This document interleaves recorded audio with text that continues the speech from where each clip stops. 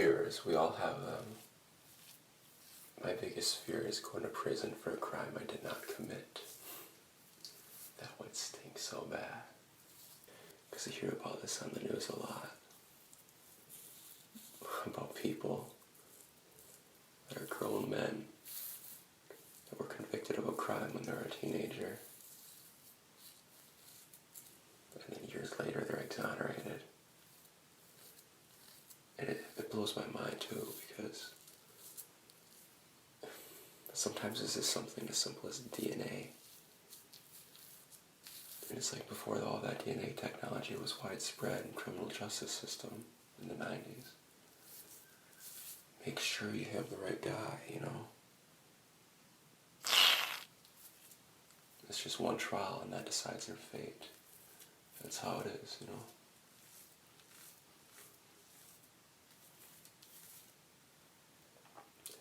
It would just stink so bad. And I mean, these people are often awarded millions of dollars or whatever from the state, you know, since they're prosecuted by the state. But still, it's like, who cares? The amount of life that was wasted doing nothing behind bars is my biggest fear. I think it would be a little bit different if you were actually guilty of the crime. You know, because at least there would be some sort of acceptance. But being convicted of a murder or something like that, something that you didn't do, scares the crap out of me. Because I think we take our freedom for granted. And we can do whatever we want, whenever we want.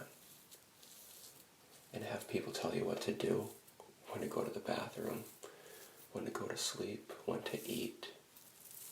Just your life being under so much control. Drive a man crazy. I would so escape though. I would try to escape. Easier said than done, you know, especially nowadays. I don't know. I think I'm a pretty good finesser though. So I would socially engineer my way up. You know, corrupt a guard or two. But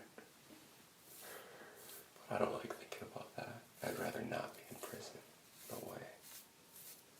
And that's part of the reason why I don't commit any crime. I actually regret not committing crime when I was younger, because you could really get away with some stuff when you're young, you know. But now I'm 25 years old. They're not going to be light on me, you know.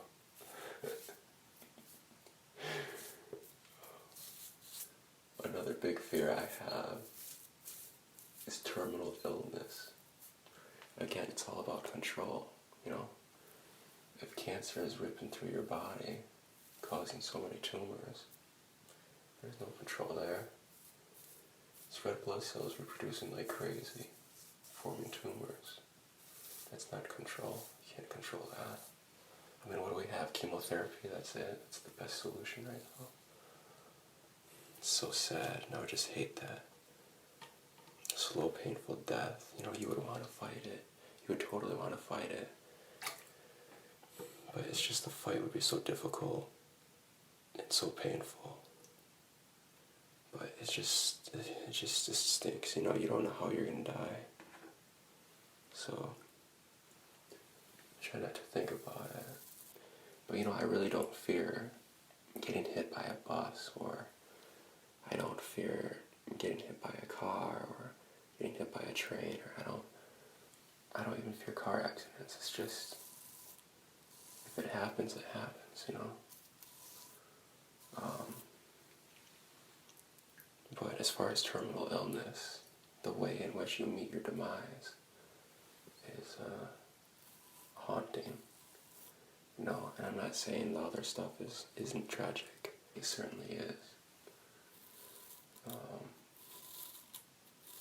But it's the amount of suffering I take into account in death, you know.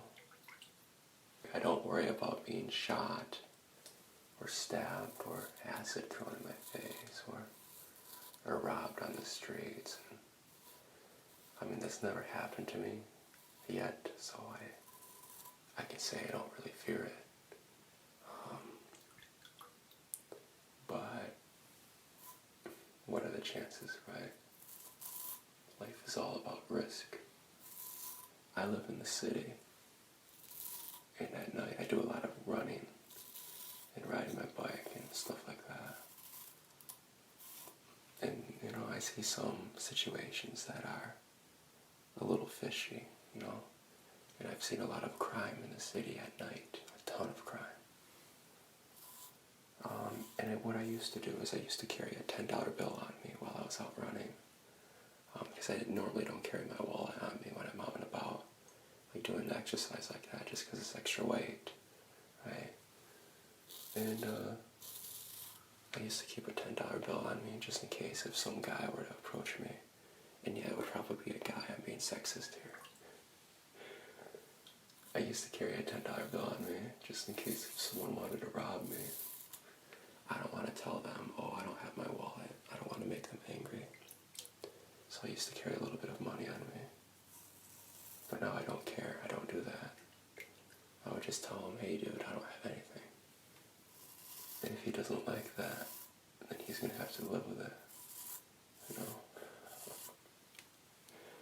By killing me. No, don't worry about that. I'm just, as I get older, and I've always kind of been this way, I'm just more cantankerous around people like that. Don't really care for them, and it's not good. You don't want to tell a robber to F off, But I don't really care. I'm sure I would care in the moment, though. I mean, I've had some people that at night, like middle of the night, at midnight on the streets in bad areas, give me a look like they almost want to hurt me or cause some sort of harm, or almost like they're thinking about doing something bad. And I've had bluff charges too. How bears, before they attack, they kind of like charge at you a little bit. I've had that happen with a couple people. Like just walking on the sidewalk and then people go like that at you, like I'm going to hurt you. I have had that, one of which was on video, or my video camera glasses a few years ago. But it's just a matter of holding your ground, maintaining eye contact, challenging the person who you think is about to attack, and never look down, because that shows significant weakness. It shows vulnerability. A lot of people fear spiders. Personally, I love spiders. In fact, I never kill them. If I see them in my apartment, I let them live, because I know they'll take care of other insects that I can't see. So, in a way, the spider helps me out a lot. I wouldn't want to kill it. And I just like things that aren't liked by other people. Like a lot of people hate snakes just because they think they're ugly. I love snakes.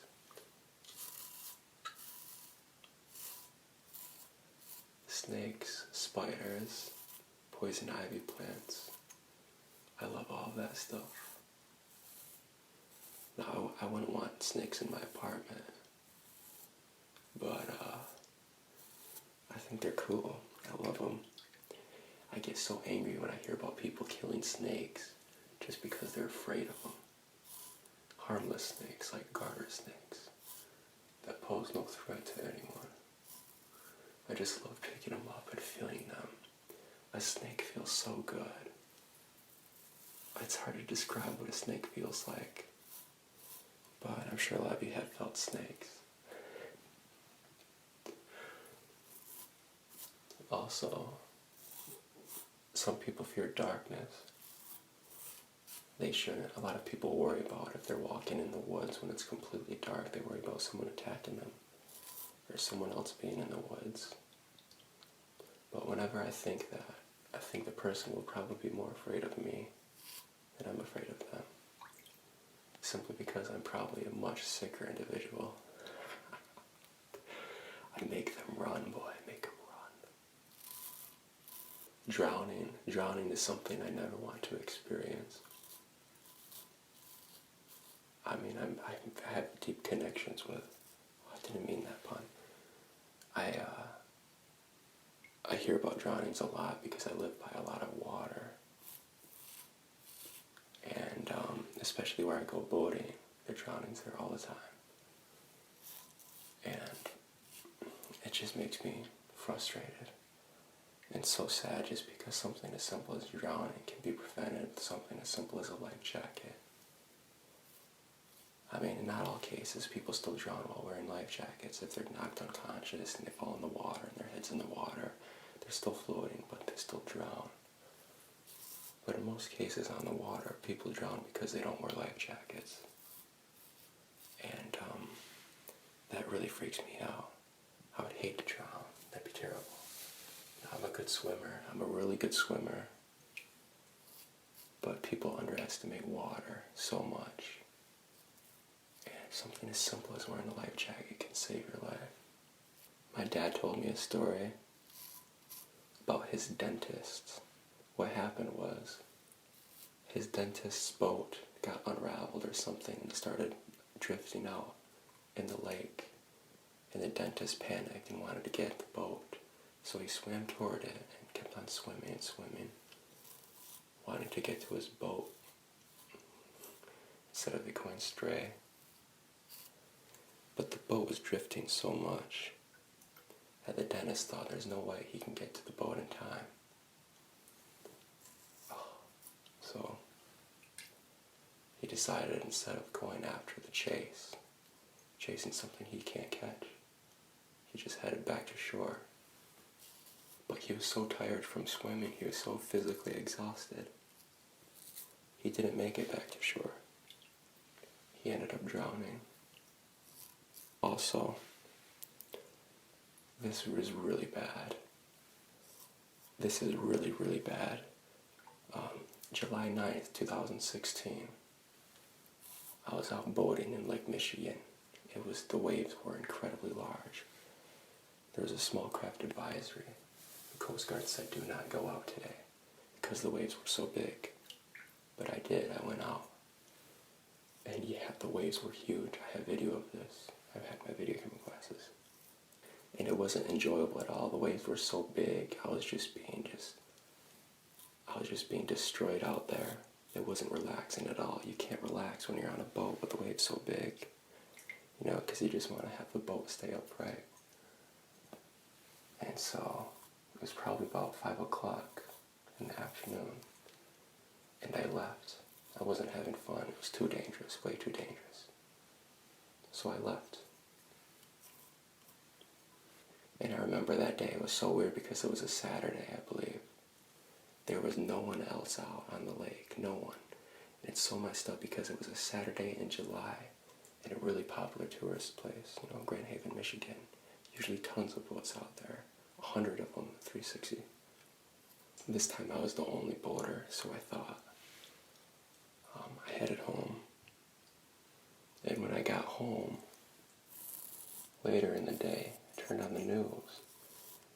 And I learned that only a couple hours after I left, there were these 2 kayakers out on the lake in the same exact spot I was, having fun in the super dangerous weather conditions. Super windy, super wavy, so dangerous. And they were on kayaks, no life jackets.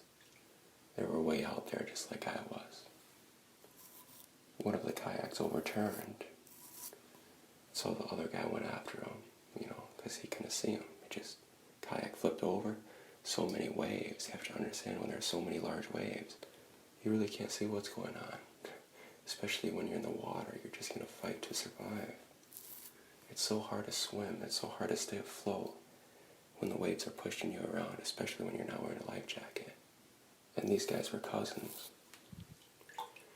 And when one of them was trying to save the other, trying to find him, he also overturned his kayak. So both these men were just stranded out on the lake. And it's a big lake, and it's a dangerous, unforgiving lake. It's the most dangerous spot in Lake Michigan, is exactly what I'm speaking of. The most deaths there. And so the cousin who overturned on his kayak knew that he couldn't reach his kayak. All he did was call for help. There were people at the beach at the time because it was a nice day, other than the waves being crazy. There was no one on the water, but there were people on the beach.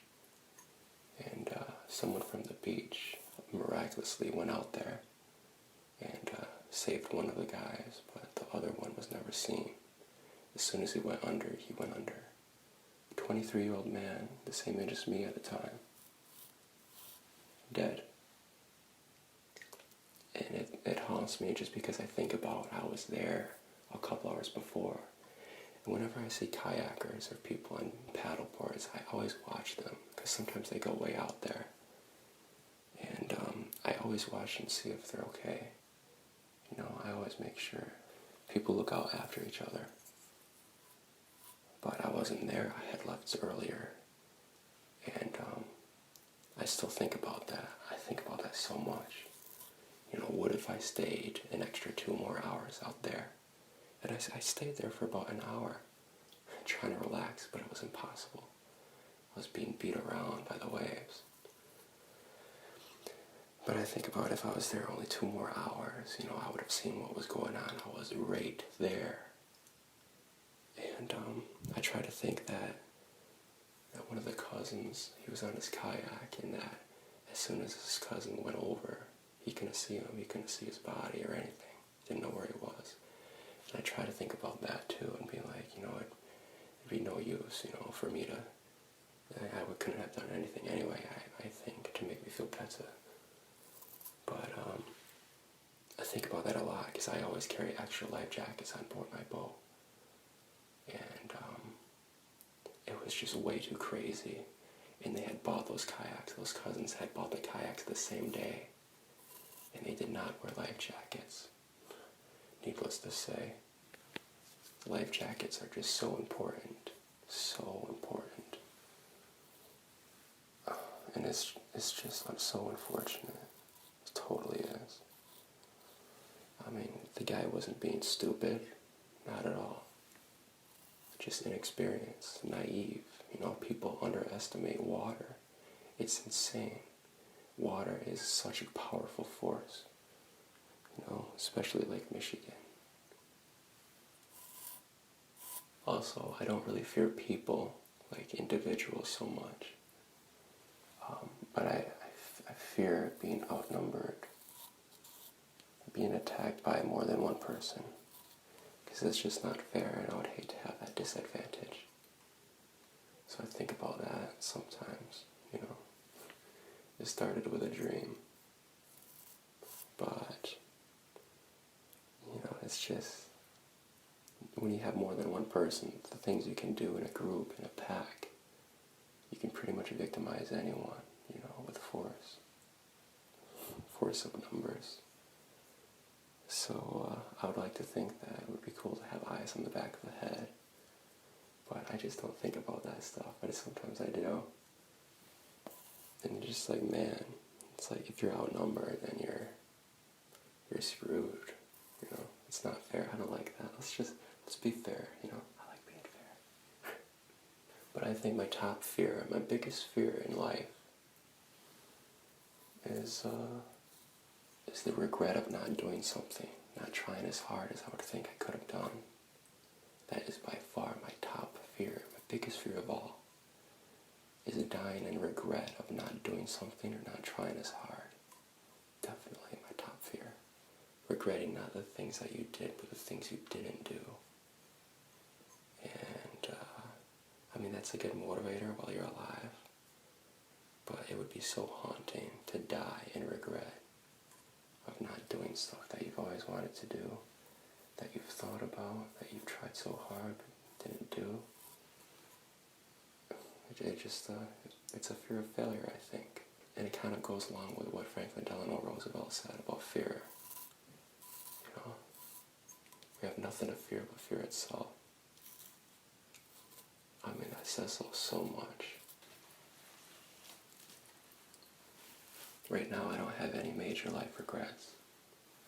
I mean, other than committing crime, you know, at a time when I could get away with it. I regret not doing that a little bit. No, I've been disciplined as a youngster from some stuff that I think that's why I'm not why I don't do crime. But it's just as you age, you have more responsibilities, more obligations by society. Society expects you not to fool around, do things that are illegal. But on one last note, something that I'm kind of debating whether or not to say is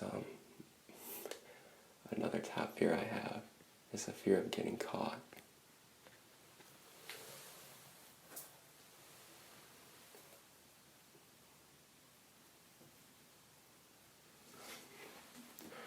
Good night, everyone.